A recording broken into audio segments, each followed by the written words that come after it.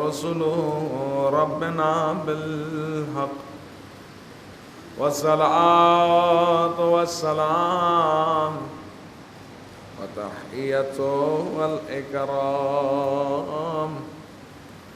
على سيد الأنبياء والمرسلين وأشرف الأولين والآخرين سيدنا ونبينا وجميع ذنوبنا وطبيب قلوبنا مولانا ومقتدانا بالقاسم محمد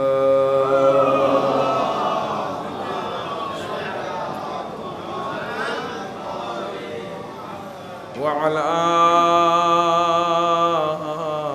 أهل بيته الطيبين الطاهرين المعصومين المظلومين ولعنة الدائمة على أعدائهم أجمعين من الآن إلى قيام يوم الدين. أما بعد فقد قال الله تبارك وتعالى في محكم كتابه الكريم: بسم الله الرحمن الرحيم. قل لا أسألكم عليه أجرا إلا المودة في القربى. صلوات پڑھیں.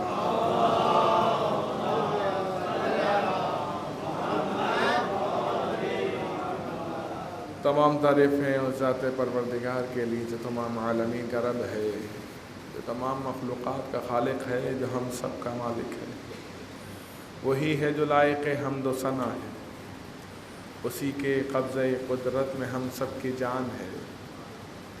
اسی کے حکم سے ہم اس دنیا میں آئے ہیں اور اسی کے بلانے پر اس دنیا سے لوٹ کر چلے جائیں گے. اور تمام درود و سلام اللہ کی ان مقدس ترین ہستیوں پر کہ جو وجہ تخلیق کائنات ہیں. ذات پروردگار نے فقط انسانوں کے لیے ہی نہیں بلکہ عالمین کے لیے شمع ہدایت بنا کر بھیجا ہے. از حدیث رسول جب تک ان میں سے 12ویں ہستی کا وجود ہے، ہمارا وجود ہے. جب وہ 12ویں ہستی اس دنیا سے رخصت ہو جائے گی تو ہمارا وجود بھی اس دنیا سے ختم ہو جائے گا. گویا کہ ہمارے جسموں میں جو جان باقی ہے وہ صدقہ ہے محمد و آل محمد کا. ہم جو سانس لے رہے ہیں صدقہ ہے محمد و آل محمد کا. ہم جو اس دنیا میں زندگی بسر کر رہے ہیں یہ اللہ کی آخری حجت کا صدقہ ہے. عظمت اہل بیت علیہ السلام پر مل کر بآواز بلند صلوات پڑھیں.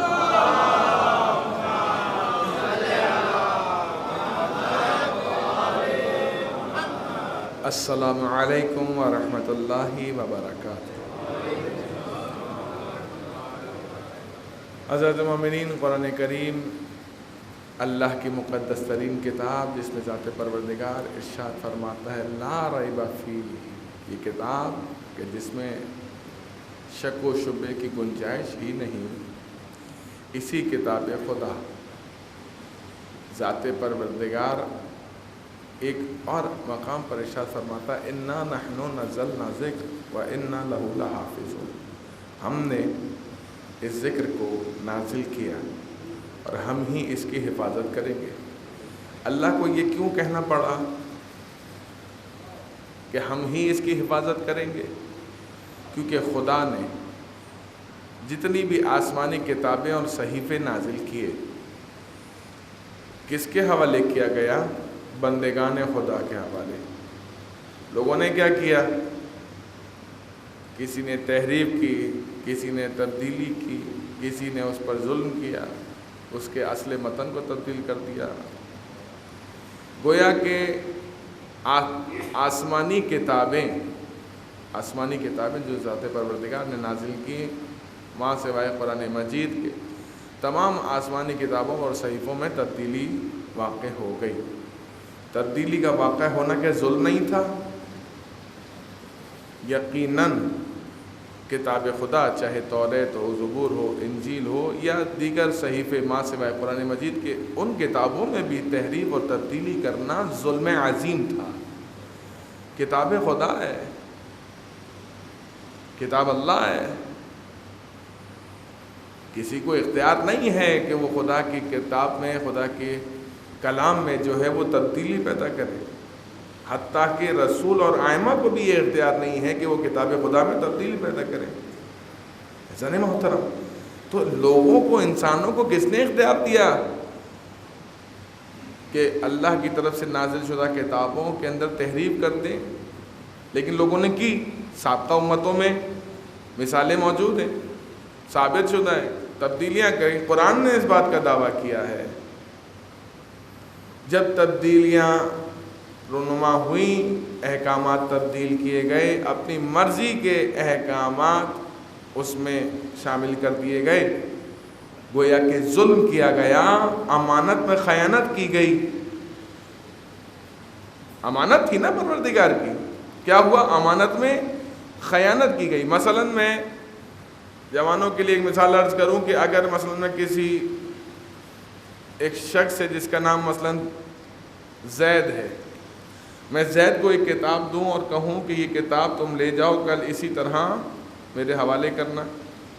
اگر وہ اسی طرح میرے حوالے کرے تو میں کیا کہوں گا کہ تم نے اپنے وعدہ پورا کر دیا ہے، اور اگر نہیں کرتا تو میں کیا کہوں گا کہ تم نے وعدے کی خلاف ورزی کی ہے، تم نے امانت میں خیانت کی ہے، گویا کہ تم مجرم قرار پائے اور تم نے ظلم کیا۔ ایسا نہیں محترم۔ اسی طرح سابقہ امتوں نے جو تحریفیں کی، جو تبدیلیاں کی اپنے زمانے کی کتابوں میں، وہ ظلم عظیم تھا۔ پروردگار نے دیکھا کہ میں نے ان کو کتابیں ان کے حوالے کی، صحیفے ان کے حوالے کیے، انہوں نے کیا کیا؟ اس پر ظلم کیا۔ لہذا قرآن میں پروردگار کو یہ کہنا پڑا انا نحن نزلنا ذکر و انا لہ لحافظون، ہم نے اس ذکر کو نازل کیا اور ہم ہی اس کی حفاظت کریں گے۔ تمہارے حوالے دے کر کے سب کچھ دیکھ لیا، تم نے کیا کیا؟ ظلم کیا۔ لہذا اب اس قرآن کی حفاظت کی ذمہ داری ہمارے اوپر ہے۔ اسی طرح جس طرح قرآن ثابت کی ذمہ داری پروردگار نے اپنے ذمہ لی کیونکہ ظلم کا نشانہ بنتے رہے، اسی طرح اللہ نے اپنی حجتوں کو لوگوں کے حوالے کیا، اپنی حجتوں کو بشمول انبیاء ائمہ علیہم السلام کس کے حوالے کیا؟ لوگوں کو حوالے کیا۔ لوگوں نے کیا کیا؟ ظلم کیا۔ کیا کیا؟ قتل کیا۔ کیا کیا؟ جھٹلایا۔ کیا کیا؟ تہمتیں لگائیں۔ کیا کیا؟ ظلم عظیم، ان کو ان کے حق سے محروم کیا۔ 11 ائمہ، اگر معصومین کی بات کی جائے تو 13 معصومین علیہ السلام کے ساتھ زمانے نے کیا کیا؟ ان کو جھٹلایا گیا، ان کو ان کے حق سے محروم کیا گیا، تو پروردگار نے کہا بس یہ جو تم نے امانت میں خیانت کی ہے، یعنی 13 معصومین یا 11 ائمہ یہ جو میں نے تمہارے حوالے کیے، تم نے کیا کیا؟ تم ان کی حفاظت نہیں کر سکے۔ جائے کہ حفاظت کرنی تھی، اطاعت کرنی تھی، تم نے کیا کیا؟ ان پر ظلم کیا۔ لہذا اب اس کی حفاظت کے ذمہ میں اپنے اوپر لیتا ہوں۔ اور 12ویں حجت امام زمانہ عجل اللہ تعالیٰ فرجہ شریف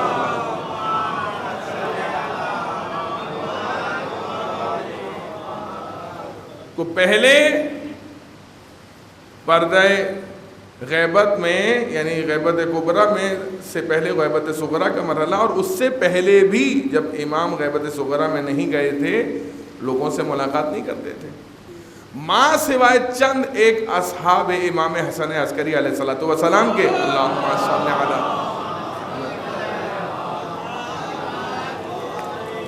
حضرت محترم۔ تو پروردگار نے کیا کیا؟ نظام بنایا۔ قرآن کا محافظ اللہ، وارث قرآن کا محافظ اللہ۔ اب لوگ چیختے رہیں چلاتے رہیں کہ ہمیں ایک منجی عالم بشریت کی احتیاج ہے، ہم محتاج ہیں ایک ایسے شخص کی طرف جو نجات دے اس پرآشوب زمانے میں، ظلم زدہ ستم زدہ معاشرے میں ہمیں ضرورت ہے ایک شخص کی، کیا نہیں ہے؟ کس زمانے میں نہیں رہی؟ ہر زمانے میں رہی ہے، آج بالخصوص زیادہ ہے، آج کا دور زیادہ ہے۔ اسی لیے امام محمد باقر علیہ السلام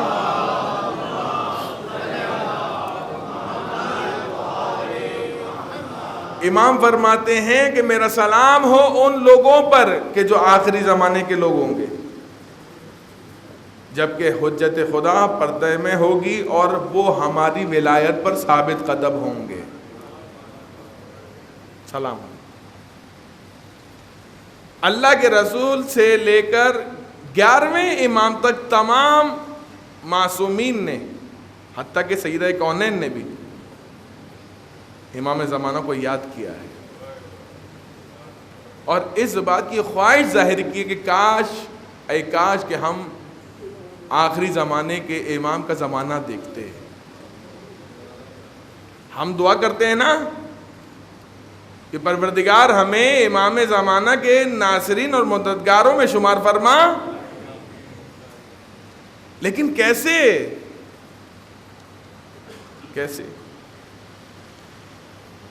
قرآن کہتا ہے قُلْ لَا أَسْأَلُكُمْ، جو سرنامہ کلام میں شروع میں تلاوت کی آیت قرآنی کی، قُلْ لَا أَسْأَلُكُمْ عَلَيْهِ أَجْرًا إِلَّا الْمَوَدَّةَ فِي الْقُرْبَى۔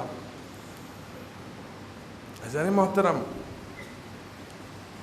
قرآن میں اہل بیت علیہ السلام کی اطاعت کو جو واجب قرار دیتے ہیں علماء، وہ اسی آیت مودت سے قرار دیتے ہیں۔ اسی آیت، تمام علماء اسلام کی بات کر رہا ہوں، علماء تشیع کی نہیں، فقط تمام علماء کسی بھی مکتب فکر سے تعلق، اسی آیت مودت سے ائمہ علیہ السلام، اہل بیت علیہ السلام کی اطاعت کے واجب ہونے پر دلیل رکھتے ہیں۔ قرآن کیا رہا ہے؟ قُلْ لَا أَسْأَلُكُمْ عَلَيْهِ أَجْرًا إِلَّا الْمَوَدَّةَ فِي الْقُرْبَى۔ بارہا اس پہ گفتگو رہی، لہذا میں اس کے ذیل میں زیادہ گفتگو نہیں کروں گا، صرف اشارہ دے کر اپنے موضوع کی طرف، اصلی موضوع کی طرف آؤں گا کہ اے رسول ان سے کہہ دیجئے کہ اگر اجر رسالت کو ادا کرنا چاہتے ہو تو کیا کرو؟ میرے آل سے محبت اور مودت رکھو۔ محبت اور مودت کے معیارات ہیں یا نہیں ہیں؟ وہ محبت کے جو مجازی محبت ہے، جو ختم ہو جانے والی ہے، دنیاوی محبت، اس کے بھی تقاضے ہیں عزیزان۔ وہ محبت کہ جو دنیاوی ہے، مجازی ہے، جو ختم ہو جانے والی ہے، اس کے تقاضے ہیں، تو وہ محبت جو باقی رہنے والی ہے تو کیا اس کے تقاضے نہیں ہوں گے؟ ہاں، تقاضا محبت کیا ہے؟ قرآن کہتا ہے ان کنتم تحبون اللہ فاتبعونی یحببکم اللہ، یہ تقاضا محبت ہے۔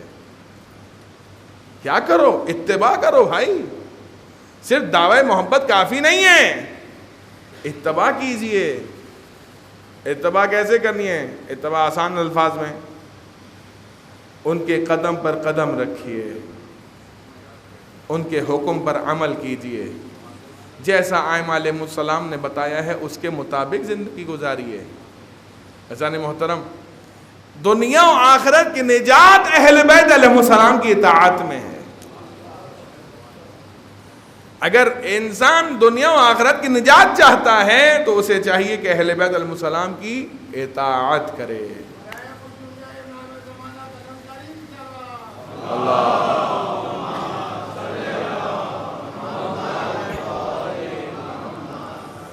عزیزان محترم، ایسا کوئی فعل انجام نہ دیں کہ جو امام کی ناراضگی کا سبب بنے. آپ دیکھیے، میں نے عرض کیا کہ پروردگار نے اپنی اس آخری حجت کو کیوں پردے غیب میں رکھا؟ اس لیے کیونکہ اگر امام ہوتے تو لوگ ان کے خلاف سازشیں کرتے، ان کو قتل کر دیتے. ایسا ہی ہوتا جیسا کہ سابقہ امتوں نے کیا، یا سابقہ ادوار میں ایسا ہوتا رہا. مثالیں موجود ہیں. 11 ائمہ علیہ السلام اس کی سب سے بڑی مثال ہیں. تو لہٰذا پروردگار نے اپنی اس حجت کو محفوظ کر لیا. اور یہ جو سلسلہ شروع ہوا، یہ کہاں سے شروع ہوا؟ چھٹے امام جعفر صادق علیہ السلام.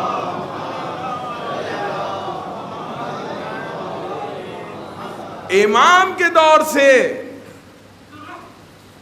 کیا ہوا؟ امام نے اپنے چاہنے والوں کو خطوط کے ذریعے سے مسائل سے آگاہ کیا. خطوط کے ذریعے سے، تحریروں کے ذریعے سے کھل کر جس اعتبار سے کام کرنا چاہیے تھا، جبکہ دیگر ائمہ علیہ السلام کے مقابلے میں امام جعفر صادق علیہ السلام کو سب سے زیادہ موقع ملا.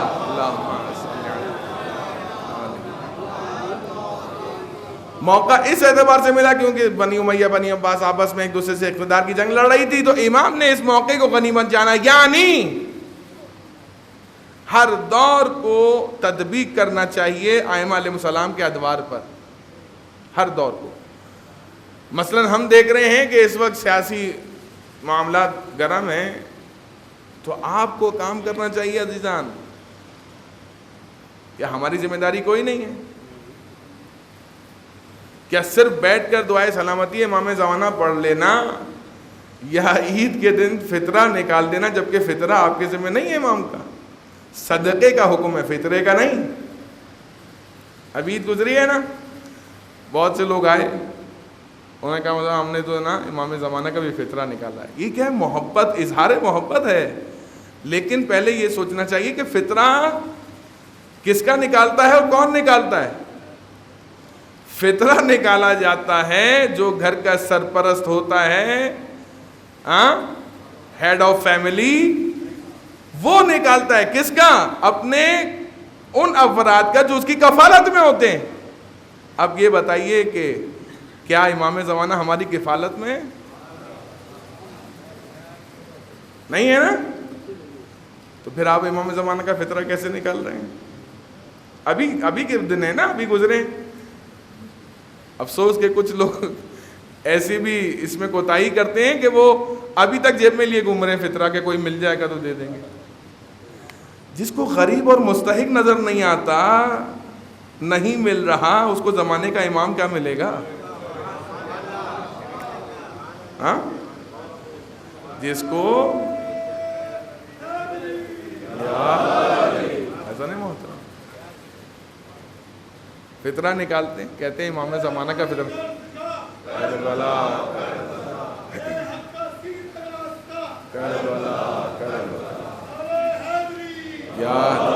ایسا نہیں محترم، کہتے ہیں کہ یہی مسائل ہیں کہ فطرے کے مسئلے کو جاننا چاہیے. ہیڈ آف فیملی نکالتا ہے، وہ بھی وہ کہ جس کی کفالت میں ہو، ورنہ کوئی نہیں ہے تو انسان اپنا نکالتا ہے. تو کیا امام زمانہ کا فطرہ نکالیں گے؟ کہا نہیں. پھر کہا امام زمانہ کا صدقہ نکالیں گے. البتہ صدقات کی کچھ فارمز ہیں، کچھ صورتیں ہیں. اب جب یہ بات آ ہی گئی ہے تو بات مکمل کر دوں تاکہ سننے والوں تک بات جو ہے وہ مکمل ہو جائے. چند طرح کے صدقات ہوتے ہیں. کچھ مستحب صدقات ہوتے ہیں، کچھ واجب صدقات ہوتے ہیں. مستحب صدقہ کیا؟ کہ جب بھی آپ گھر سے نکلتے ہیں تو جن کی مائیں زندہ ہیں ان کی مائیں اپنے بچوں کی سلامتی کے لیے صدقہ نکالتی ہیں، اور جن کی مائیں زندہ نہیں ہیں ان کے بچوں کی مائیں جو ہے وہ صدقہ نکالتی ہیں. یہ ہے مستحب صدقہ. عقیقہ مستحب صدقہ ہے، چاہے غیر شیعہ ہو. مثلا اگر غیر شیعہ کوئی بھی مسلمان عقیقہ کرے تو لوگ سوال کرتے ہیں کیا ہم جا سکتے ہیں؟ کہاں ہاں جا سکتے ہیں. کیا ہم کھا سکتے ہیں؟ کہاں ہم کھا سکتے ہیں. کیوں؟ کیونکہ مستحب صدقہ ہے. وہ جو مسئلہ شرعی ہے کہ صدقہ سید اور غیر سید کا معاملہ، کہ غیر سید کا صدقہ سید استعمال نہیں کر سکتا، وہ واجب صدقات ہیں. جو روایت ہم سفر کا سنتے ہیں سفر نامے میں کہ امام حسین کی 4 سالہ بیٹی کے ہاتھ میں جب کھجور دی گئی صدقے کی تو بی بی نے گریہ کیا اور واپس لوٹا دیا. بی بی زینب سلام اللہ علیہا نے کہا کہ ہم پر صدقہ حرام ہے، چونکہ وہ صدقہ زکوٰۃ کا صدقہ تھا اور زکوٰۃ واجب صدقات میں، لہذا وہ پلٹا دیا، کہا نہیں ہم پر صدقہ حرام ہے. ایسا نہیں ہوتا. تو چند صدقات ہیں، کچھ مستحب ہے کچھ واجبات. مثلا مستحب کیا؟ یہی عقیقہ ہے، مثلا ایک صدقہ ہے. ماں آپ گھر سے نکلتے ہیں روزی رزق کے لیے جو پیسے نکالتے ہیں مستحب صدقہ ہے. امام زمانہ کے لیے جو آپ صدقہ نکال رہے ہیں ان کی سلامتی کے لیے، دراز عمر کے لیے، یہ کیا ہے؟ یہ مستحب صدقہ ہے. پھر واجب صدقات کون سے ہیں؟ کہتے ہیں واجب صدقات مثلا زکوٰۃ، یہ واجب صدقہ ہے. زکوٰۃ کیا ہے؟ واجب ہے. اور زکوٰۃ کا ایک نصاب ہوتا ہے، جب نصاب تک چیز پہنچتی ہے تو اس کے بعد جو ہے مخصوص نصاب کے ساتھ جو ہے پھر وہ صدقہ یعنی زکوٰۃ جو ہے وہ واجب ہوتی ہے. جو واجب صدقہ پہلی مثال. دوسری مثال فطرہ. فطرہ کیا ہے؟ واجب ہے نکالنا، ہاں، ہر اس شخص پر جو کہ غریب اور فقیر نہ ہو، فقیر نہ ہو. تو اب یہ جو فطرہ واجب صدقہ ہے، چونکہ واجب ہے تو یہ غیر سید کا سید کو نہیں دیا جا سکتا. اور جیسا کہ میں نے عرض کیا کہ یہ فطرہ چونکہ واجب ہے اور یہ ہیڈ آف فیملی نکالتا ہے، سرپرست نکالتا ہے کہ جس کی کفالت میں کچھ لوگ ہوں، کچھ افراد ہوں، اگر کوئی نہیں تو اپنا نکالے گا، تو یہ ان افراد کا جو اس کی کفالت میں ہو. تو لہٰذا امام کا فطرہ نہیں نکالنا، فطرہ واجب صدقات میں سے ہے. پھر تیسری چیز ہے کہ وہ صدقہ جو انسان اپنے اوپر نذر، قسم یا منت سے واجب کر لے. مثلا میرا یہ کام ہو جائے تو مثلا میں 10,000 روپے بطور صدقہ نکالوں گا. میرا یہ کام ہو جائے بطور صدقہ میں ایک آٹے کا بورا یا 10 کلو آٹا جو ہے کسی غریب مستحق کو دوں گا. تو یہ کیا ہے؟ واجب نہیں تھا، واجب کر لیا اپنے اوپر. تو اب یہ جو صدقہ آپ نکال رہے ہیں یہ کیا ہو گیا؟ یہ واجب صدقہ. تو کہتے ہیں اس طرح سے کچھ صورتیں ہیں واجب صدقے کی اور کچھ صورت ہیں مستحب صدقات کی. تو میں نے آپ کی خدمت میں عرض کیا کہ امام زمانہ عجل اللہ تعالیٰ فرجہ شریف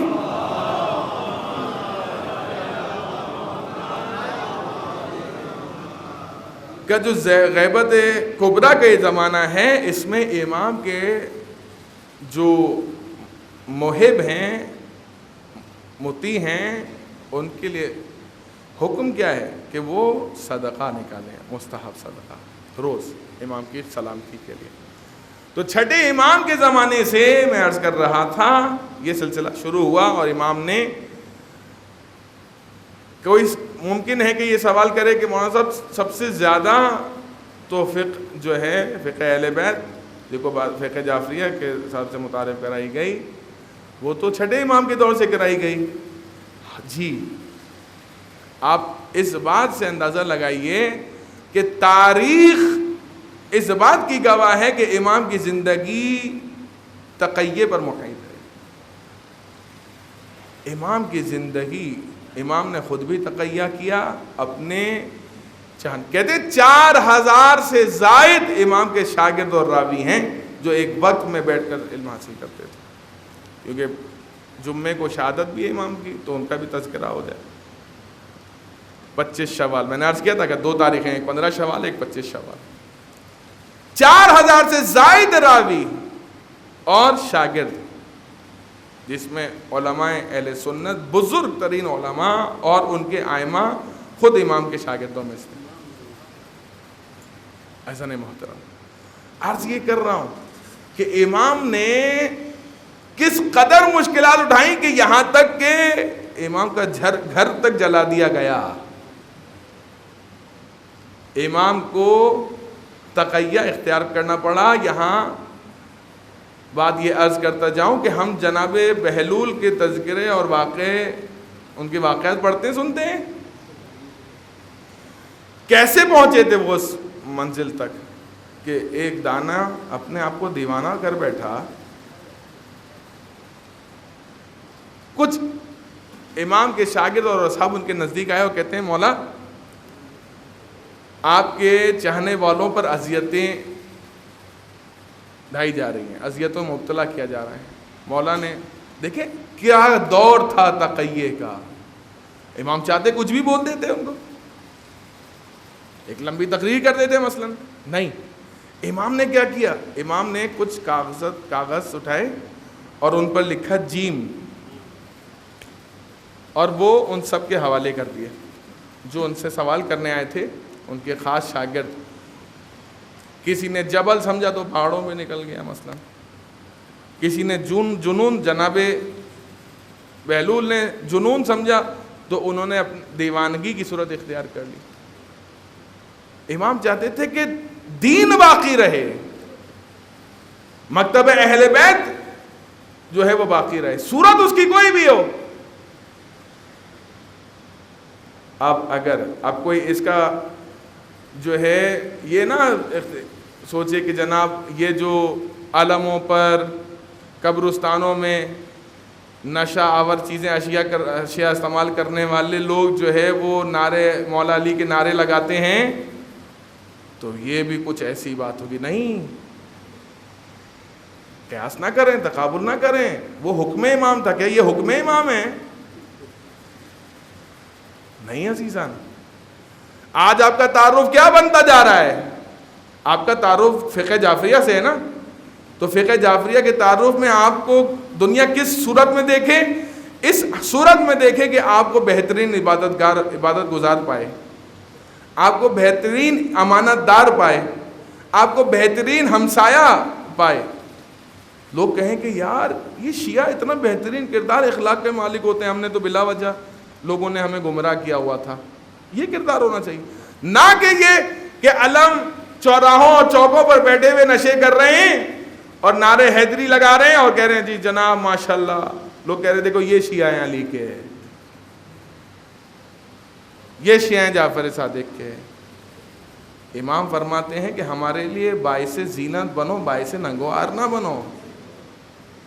تو ہم اگر کوئی ایسا کام کریں گے کہ جو امام کے لیے بے حرمتی کا سبب بنے, گویا کہ بے حرمتی کرنے والا, بے حرمتی کا جو مرتکب ہو رہا ہے فقط وہ گنہگار نہیں ہے بلکہ وہ بھی گنہگار ہے جو اس کا سبب بن رہا ہے. اپنے جوانوں کو محفوظ کیجئے, نشے کی لت میں مبتلا کر کے لوگ ان سے اپنے مفادات پورے کرتے ہیں. عزاداری سے بڑھ کر کوئی ایسا کام ہے جو سیدہ کو راضی کرتا ہو؟ ہرگز نہیں.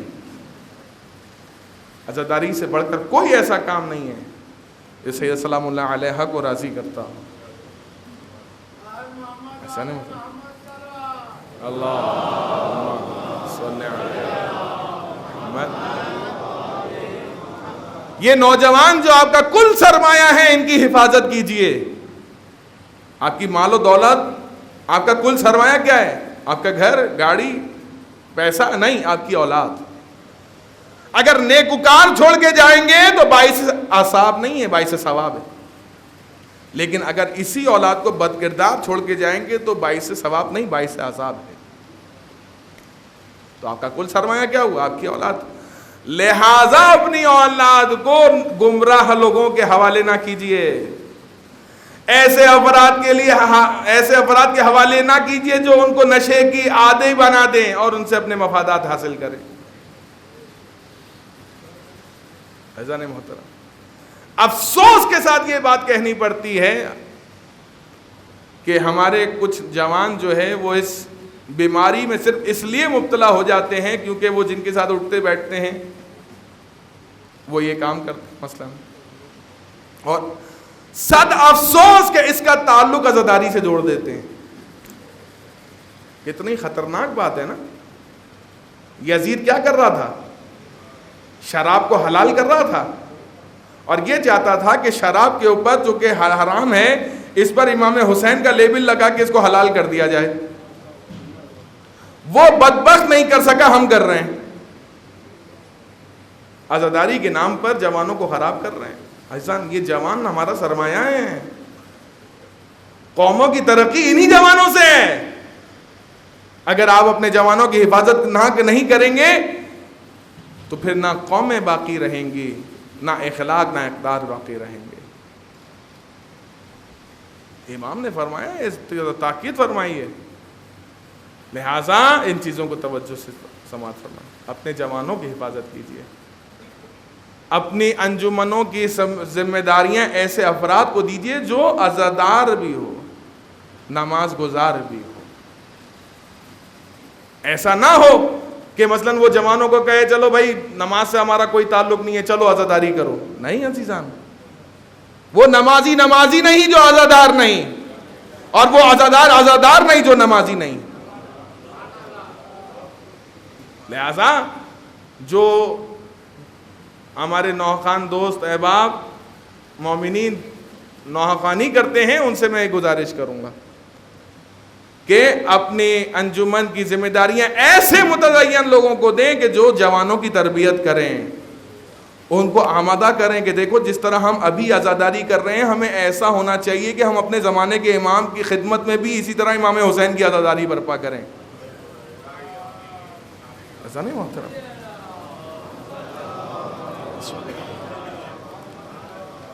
ہمیں اپنے اندر ایسے افراد کو تلاش کرنا چاہیے کہ ایسے افراد ہیں کہ جو اس طرح سے تربیت کریں اپنا ہمارے جوانوں کی کہ عزاداری کے لیے جائیں تو اس نیت اور ارادے کے ساتھ کہ اگر ابھی امام کا ظہور ہو جاتا ہے تو ہم اس بس کو, اس گاڑی کو یا اس سفر کو امام زمانہ کی طرف رخ موڑ دیں گے. ہمیں اس طرح سے عزاداری کرنی چاہیے. کیا ہمارے جو سالار عزاداری ہوتے ہیں کیا وہ ہم اس طرح کے افراد پاتے ہیں کہ جو عزاداری کا فلسفہ اور مقصد بتائیں جوانوں کو اور بولیں کہ تم امام زمانہ کے جوان ہو, تم عزاداری کرنے جا رہے ہو, عزاداری مذاق نہیں ہے, وضو کر کے آؤ پھر ماتمی دستے میں لگنا, وضو کر کے آؤ پھر یہ کوئی مذاق نہیں ہے. انبیاء علیہ السلام نے اس امر کو انجام دیا یعنی عزاداری, ائمہ علیہ السلام نے اس امر کو انجام دیا یعنی عزاداری. عزاداری یعنی کیا؟ مذاق ہے جو ہم ان پڑھ جاہل نشئی لوگوں کے حوالے کر دیں. حسینی جوان چاہیے, ایسا جوان چاہیے جو حسینی فکر رکھتا ہو, ایسا جوان چاہیے جو اس بات کے لیے آمادہ ہو کہ میں عزاداری کر رہا ہوں اور امام آ جائیں تو میں امام کو چہرہ دکھانے کے قابل ہوں. یہ جو رواج پیدا کیا جا رہا ہے کہ جناب پہلے نشہ کر لو اس کے بعد عزاداری, کیا اس حالت میں اگر امام کا ظہور ہو جائے تو ہم کیا امام کے سامنے جا سکیں گے؟ ہم انتظار کریں گے پہلے نشہ اتر جائے. جب تک نشہ اترے گا امام ایسا نہیں محترم. بہت دکھ اور تکلیف سے یہ میں بات عرض کر رہا ہوں. جوانوں کا درد سمجھیے, ان کو ایسے ٹریٹ کیجئے جیسے آپ اپنی اولاد کو ٹریٹ کرتے ہیں. خدا کی قسم اگر کوئی باپ یا ماں اپنی اولاد کو آپ کے حوالے کر رہی ہے, امانت ہے, امانت. یہ جوان امانت ہے. جس کے ماں باپ نہیں ہیں وہ بھی امانت ہے, قوم کی امانت ہے, قوم کی امانت ہے. ہم اپنے بچوں کو تو بہت سیو کر کے رکھتے ہیں, بیٹا اسکول جانا ہے ٹائم پہ, فلاں کرنا ہے, دھماکہ کرنا ہے, یہ کرنا ہے, وہ کرنا ہے, پورا ان کے لیے ایک شیڈول بناتے ہیں. لیکن دوسروں کی اولادوں کے لیے کیا؟ دوسروں کی اولادوں کے لیے ہمارے دل میں وہی درد ہے جو اپنی اولاد کے لیے؟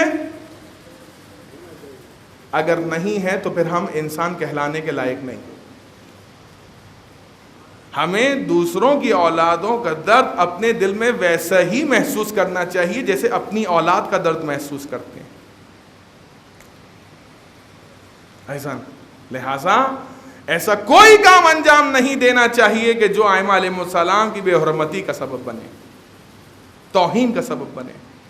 خدا را یہ ہاتھ جوڑ کر ان افراد سے گزارش کر رہا ہوں کہ جو ذمہ داران ہیں وہ اس بات پر فکر کریں کہ ہمیں اپنے جوانوں کے عقیدے کی حفاظت کرنی ہے، اس کو حسینی جوان ایسا بنانا ہے کہ اسے عادت ہو جائے جب بھی وضو کرے تو دو کام کرے، یا تو مسجد کی طرف جائے نماز پڑھنے کے لیے یا حلقے کی طرف جائے عزاداری کرنے کے لیے،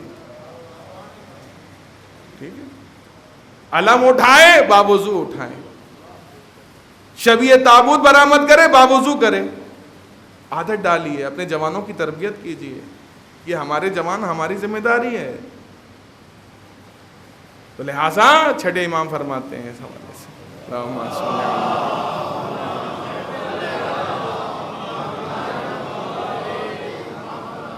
امام فرماتے ہیں کہ انسان کو ہمارے لیے باعث ننگوار نہیں بننا چاہیے۔ تو امام کا زمانہ کس حال میں گزرا؟ تقیہ کے زمانے میں، انہوں نے اپنے چاہنے والوں کو محفوظ کیا، اور امام نے بھی اسی بات کی خواہش ظاہر کی جس طرح سے دیگر ائمہ علیہ السلام نے، کہ کاش کہ میں مہدی موعود کا زمانہ دیکھتا۔ تو اس سے جمعے میں نے ایک بات کی تھی کہ اصحاب کہف کے اعتبار سے، کہ اصحاب کہف جو ہیں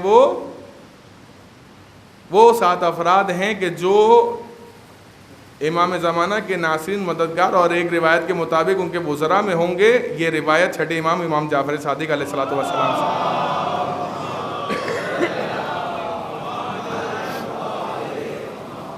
لہذا عزیزان محترم، ہماری کچھ ذمہ داریاں ہیں امام کی غیبت کبریٰ کے زمانے میں، اور اس میں اہم ترین ذمہ داری اپنے نفس کی پاکیزگی اور طہارت کی ہے۔ جب انسان، میں نے عرض کیا، قرآن میں جب اہل بیت علیہ السلام کی محبت اور مودت کا تذکرہ آیا تو پھر قرآن نے یہی کہا کہ تقاضۂ محبت یہ ہے کہ اتباع کی جائے، اور اتباع قدم پر قدم رکھنا، سیرت پر عمل کرنا، جیسا انہوں نے کہا یا کر کے دکھایا اس کے مطابق زندگی گزارنا۔ آج کا جوان یہ سوچتا ہے کہ امام کیوں تشریف نہیں لا رہے، سوال کرتا ہے۔ تو یہ ہم اپنے آپ سے سوال کریں تو اس کا کیا جواب ہے؟ جو میں نے شروع میں عرض کیا کہ ہم حفاظت نہیں کر سکے، ہم اپنے نفس کی حفاظت نہیں کر پاتے۔ جو نفس اللہ ہے اس کی حفاظت کیسے کریں گے؟ نفس اللہ کا محافظ بننے کے لیے پہلے اپنے نفس کی حفاظت کرنی پڑے گی، تزکیہ نفس کرنا پڑے گا، ایسا نا؟ امام روز ہمیں یاد کر کے گریا کرتے ہیں، روز دعائے ندبہ ہم پڑھتے ہیں۔ دعائے ندبہ کے جملے ہیں کہ مولا ہر مومن اور مومنہ آپ کو یاد کر کے آہ سرد بھرتے ہیں۔ تو ہم دن میں کتنی مرتبہ اپنے زمانے کے امام کو فقط اس حد تک کہ دعائے سلامتی امام زمانہ پڑھ لی جائے یا صدقہ نکال لیا جائے؟ کیا ہم نے کبھی تڑپ کر، جس طرح انسان کسی گمشدہ شے کی تلاش کرتا ہے جو اس کے لیے قیمتی ہو، کیا ہم نے اسی تڑپ سے اپنے زمانے کے امام کو تلاش کرنا چاہا؟ ایسا نہیں، اگر نہیں تو پھر کرنا چاہیے، کیونکہ امام کے لیے جو دعائے ندبہ کا جملہ ہے، امام فرماتے ہیں، یعنی دعا کے الفاظ ہیں کہ آپ بچھڑے ہوئے ضرور ہیں مگر ہرگز ہم سے جدا نہیں۔ اللہ ظاہر ہم آپ کو نہیں دیکھ پاتے، لیکن کوئی موقع، کوئی محل، کوئی مشکل، کوئی پریشانی ایسی نہیں ہوتی جب آپ مشکلات کو حل کرنے کے لیے آ جائیں۔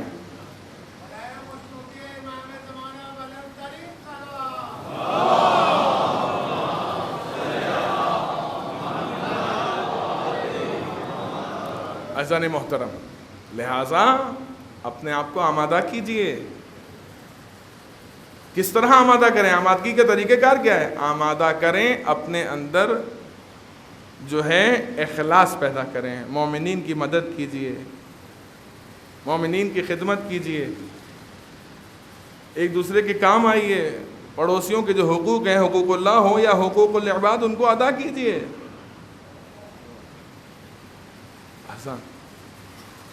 ایسا ہو، کیا ہی بہتر ہے کہ ایسا ہو کہ ہم امام کو تلاش نہ کریں بلکہ امام خود ہی ہمارے کردار کو دیکھ کر ہمارے پاس آ جائیں. کیا ہمیں ایسا نہیں ہونا چاہیے؟ یقیناً ہر دل کی آواز ہے کہ ہمیں ایسا ہی ہونا چاہیے. تو دعا کرتے ہیں پالنے والے تیری بارگاہ میں دعا گو ہیں، ہماری اس قلیل سی عبادت کو اپنی بارگاہ میں قبول فرما. ہمارے جوانوں کو سیرت حضرت علی اکبر پر عمل کرنے کی توفیق عنایت فرما. ہمارے بزرگان کا سایہ ہمارے سروں پہ قائم و دائم فرما. جو مومنات پریشان حال ہیں ان سب کی پریشانیوں کو دور فرما. جو بے گھر ہیں ان کو اپنے ذاتی مکان میں رہنا نصیب فرما. جو بے اولاد ہیں ان کو اولاد کثیر صحیح و سالم عنایت فرما. پالنے والے ہمیں مولا متقیان کی طرز پر زندگی جینے اور امام حسین کی عزاداری میں موت نصیب فرما. اپنی آخری حجت کے ظہور میں تعجیل فرما. اپنے زمانے کے امام کا دیدار ہمیں نصیب فرما. پالنے والے ہمیں امام کے ادنا ترین غلاموں میں شمار فرما. بسم اللہ الرحمن الرحیم. قل هو اللہ احد اللہ الصمد لم یلد ولم یولد ولم یکن له کفوا احد.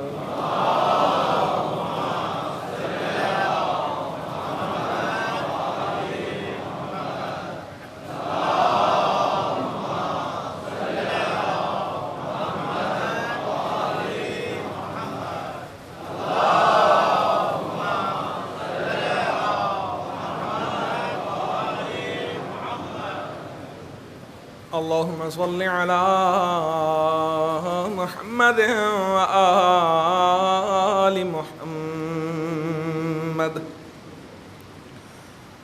اعوذ باللہ من الشیطان الرجیم. بسم اللہ الرحمن الرحیم. الحمد لله رب العالمين. اللهم لك الحمد بديع السماوات والأرض والجلال والإكرام رب الأرباب وإله كل معلوم وخالق كل مخلوق ووارث كل شيء ليس كمثله شيء وهو بكل شيء محيط. أنت الله لا إله إلا أنت الأحد المتوحد الفرد المتفرد وأنت الله لا إله إلا أنت الكريم المتكرم العظيم. والصلاة والسلام على محمد النبي الرحمة سيد المرسلين وعلي بن أبي طالب سيد الوصيين وفاطمة الزهراء سيدة النساء العالمين والحسن المجتبى حجة الله على الخلق أجمعين والحسين الشهيد المظلوم وبعد أمير المؤمنين وعلي بن الحسين زين العابدين ومحمد بن علي باقر العلم الأولين والآخرين وجعفر بن محمد الصادق الصديق والمقتدي بآبائه الصالحين ومصطفى جعفر من أولاد النبيين وعلي بن موسى الرضا من برد المتقين محمد بن علي الجواد ولي المؤمن وعلي بن محمد السراج المنير إمام الخاشعين والحسن بن علي سيد الأوصياء المنتجب وغلب القائم المهدي المنتظر الحجة وعد آبائي على خلقه المؤدي النبي ووارث علم الماضي من المسين الذي ببقاء بقية الدنيا وبيمن رزق الورى وبجوده ضبط الأرض والسماء وبيملأ الله أرضا قسطا وعدلا كما ملي ظلما وجورا وعجلنا اللهم ذوره إنه يرونه بعيدا ونراه قريبا برحمتك يا ارحم الراحمين.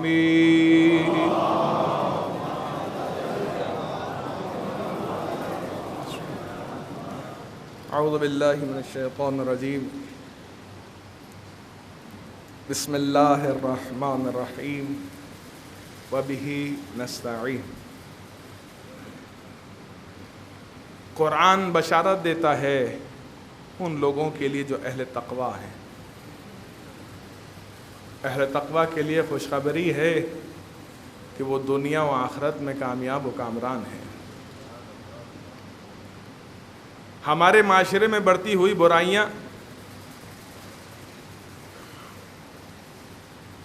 ان کی اصل وجہ کوئی بھی ہو، اس کا سدباب کیسے کیا جا سکتا ہے؟ کوئی بھی برائی، کسی بھی برائی کی وجہ کوئی بھی ہو، ہم اس پر بات نہیں کر رہے، سوال یہ ہے کہ اس کے سدباب کیا جیسے۔ فقط ایک کام کیجئے، جوانوں سے مخاطب ہوں، جھوٹ بولنے کی عادت اپنے اندر سے ختم کر دیجئے۔ صرف ایک کام، کچھ نہ کریں، کوئی دوسرا کام میں کرنے کے لیے نہیں کہہ رہا ہوں آپ سے، صرف ایک کام کیجئے کہ جھوٹ بولنے کی عادت کو ترک کر دیجئے۔ عادت بنا لیجئے کہ اب میں کبھی غلط بیانی نہیں کروں گا، مذاق میں بھی جھوٹ نہیں بولوں گا۔ جب انسان اپنے آپ کو اس بات کا عادی بنا لے گا تو وہ ہر گناہ کرتے ہوئے خوف زدہ ہو رہے گا کہ مثلاً اگر میں یہ گناہ کر رہا ہوں، اگر کسی نے مجھ سے پوچھ لیا، مجھے جھوٹ تو بولنا نہیں ہے، اب اگر میں اپنا گناہ کسی کو بتاؤں تو گویا کہ اس کو اپنے اوپر گواہ بناؤں۔ بعض لوگ بڑی فخر و مباحت سے گناہوں کا تذکرہ کرتے ہیں اپنے حلقہ احباب میں، دوستوں میں، جوانوں سے مخاطب ہوں خصوصی طور پر کہ جناب ہم نے آج یہ کیا، وہ کیا، آپ کیا کر رہے ہیں؟ کیا دوست ہے؟ دوست نہیں ہے، آپ اپنے اوپر اپنے گواہ بنا رہے ہیں، اپنے گناہ پر اپنے دوست کو گواہ بنا رہے ہیں۔ وہ خدا کہ جو یہ بیان فرماتا ہے دعاؤں میں، ماہ رمضان میں جو آپ دعا پڑھتے ہیں اس کے ترجمے میں کیا ہے؟ وہ خدا وہ ہے کہ جو ستار العیوب ہے، گناہوں کو، عیبوں کو چھپانے والا، اور ایسا چھپانے والا ہے کہ بعض گناہ انسان جو انجام دے رہا ہوتا ہے یہ لطف پروردگار ہے کہ پروردگار کرامن اور کاتبین کی آنکھوں پر پردہ ڈال دیتا ہے۔ کیوں پردہ ڈال دیتا ہے؟ تاکہ یہ میرے اس بندے کے گناہوں کو نہ دیکھیں، دیکھیں گے تو لکھیں گے، ان کا کام ہی لکھنا ہے۔ اسی لیے کہتے ہیں کہ دعاؤں کا ترجمہ پڑھنا چاہیے۔ خدا کیا کرتا ہے؟ اتنا کریم ہے، اتنا کریم ہے، اتنا ستار العیوب ہے کہ وہ جن کو ذمہ داری دی ہے کہ تمہیں گناہ اور نیکیاں لکھنی ہیں، وہ ان پر بھی پردہ ڈال دیتا ہے کہ میرے بندے کے گناہ اس سے پوشیدہ رہیں۔ کیوں؟ کیونکہ روز محشر میرے سوا کوئی گواہ نہ ہو۔ اگر میں ہوں، مجھے میرے علم میں ہوگا تو میں معاف کرنے کی طاقت رکھتا ہوں، معاف کروں گا، لیکن اگر گواہ سامنے کھڑے ہو گئے، چاہے انسانی صورت میں ہو، چاہے کرامن کاتبین کی صورت میں ہو، یا خود گناہ جو مجسم ہو کر آئیں گے اس صورت میں ہو، تو وہ گواہ بطور گواہ ہوں گے، تو بھرے مجمع میں اس محشر کے ازدحام میں کس طرح سے اس کو میں معافی دوں؟ کہ دوسرے کھڑے ہو کے طلبگار نہیں ہو جائیں گے پروردگار تو ہمارے گناہ بھی معاف کر دے، ہم نے کیا کیا ہے؟ تو پروردگار کا یہ لطف ہے۔ تو پروردگار یہ چاہتا ہے کہ آپ اپنے عیوب کو کسی پر ظاہر نہ کریں، کسی کو اپنے اوپر گواہ نہ بنائیں۔ تو بعض جو ہمارے جوان ہیں وہ اپنے دوستوں میں از راہ مزاح ہو یا یہ کہیں کہ جناب دوست ہیں، دوستوں سے ہر بات شیئر کی جاتی ہے، نہیں، دوستوں سے ہر بات شیئر نہیں کی جاتی۔ آج ایک بڑی عجیب بات جوانوں کے لیے کر کے اپنی بات کو مکمل کروں گا۔ جس طرح عورتوں میں نامحرم ہوتی ہیں، اسی طرح مردوں میں بھی نامحرم ہوتے ہیں۔ صحیح ہے؟ عورتوں میں نامحرم یعنی جو عورت نامحرم ہے اس سے آپ کو اپنے بدن کو چھپانا ہے، جن چیزوں کو چھپانے کا حکم دیا گیا ہے، ٹھیک ہے؟ یا نامحرم کوئی خاتون ہے تو وہ نامحرم مرد سے اپنے سر کے بال اور ہاتھ وغیرہ مثلا وہ چھپائے گی، ظاہر نہیں کرے گی۔ البتہ محرم اگر بھائی ہو تو مثلا بھائی کے سامنے دوپٹے کی ضرورت نہیں ہے، باپ ہو باپ کے سامنے دوپٹے کی ضرورت نہیں ہے مثلا، یہ حکم ہے نا نامحرم خاتون کا۔ اسی طرح نامحرم مرد بھی ہوتے ہیں جو اسرار کو اسرار نہیں رہنے دیتے، جو راز کو راز نہیں رہنے دیتے۔ اسی لیے مولا کائنات علی بن ابی طالب علیہ الصلوۃ والسلام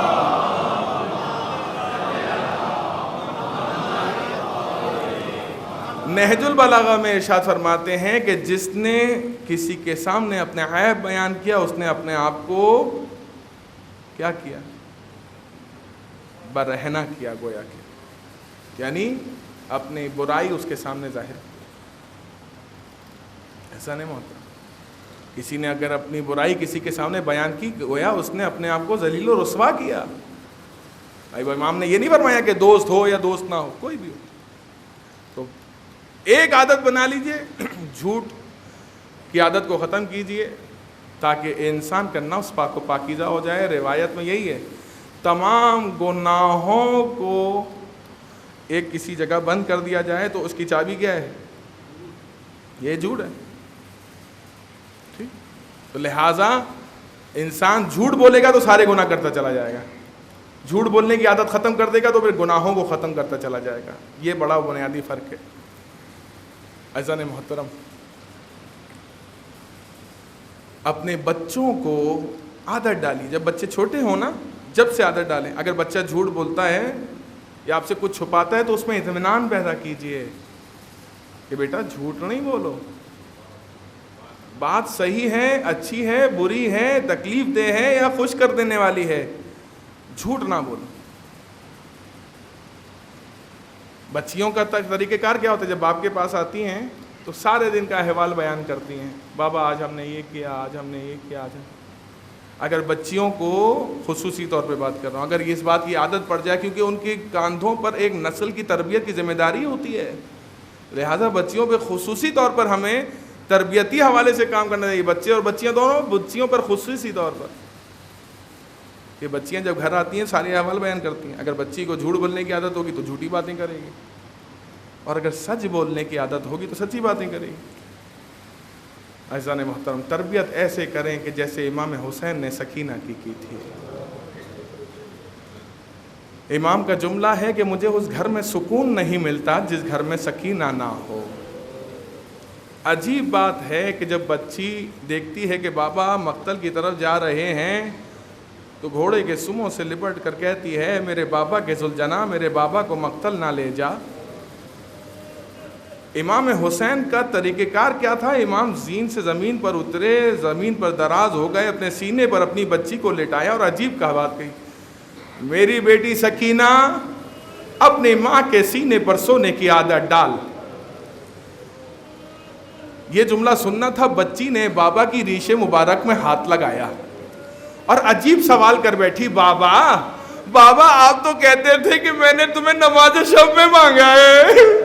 بابا کا جسے نماز شب میں مانگتے ہیں اسے خاک پر چھوڑنے کے لیے چھوڑے جاتے ہیں۔ عجیب بات ہے، کہتے ہیں کہ وہ بچی کہ جب بابا کو یاد کرتی تھی شمر ملعون بالوں سے پکڑتا تھا، تماچا مارتا تھا۔ آپ نے سن لیا نا، ایک دفعہ سنا، تکلیف ہوئی، لیکن یہ تکلیف سکینہ کو بار بار ہوئی، کیونکہ بچے عادت سے مجبور ہوتے ہیں۔ بچی باپ کو یاد کرتی تھی، سمر بڑھ کے تماچے لگاتا تھا، جس پر امام زمانہ کو زیارت ناہیہ میں یہ کہنا پڑا، میرا سلام اس بچی پر جس کے رخساروں کا رنگ کربلا سے شام تک تبدیل ہوتا۔ الا لعنت اللہ علی القوم الظالمین وسيعلم الذين ظلموا ايام انا للہ وَإِنَّا إِلَيْهِ رَاجِعُونَ۔ پالنے والے ان بلند آوازوں کا بہترین اجر و ثواب ان کے اور ان کے مرحومین کے نامہ اعمال میں درج فرما۔ پالنے والے ہمارے گناہوں کی مغفرت فرما۔ پالنے والے ہماری عبادتوں کو اعمال کو اپنی بارگاہ میں قبول فرما۔ تیری بارگاہ میں دعا گو ہیں رب کائنات، ہمارے گناہوں کو، ہمارے مرحومین کے گناہوں کو برلہ معاف فرما۔ مرنے سے پہلے تمام ائمہ علیہم السلام کی زیارات نصیب فرما۔ مرنے کے بعد قبر میں امام حسین کی زیارت و شفاعت نصیب فرما۔ اپنی آخری حجت کے ظہور میں تعجیل فرما۔ ہمیں امام کی ادنا ترین غلاموں میں شمار فرما۔ ان اللہ و ملائکتہ یصلون علی النبی یا ایھا الذین آمنوا صلوا علیہ وسلموا تسلیما۔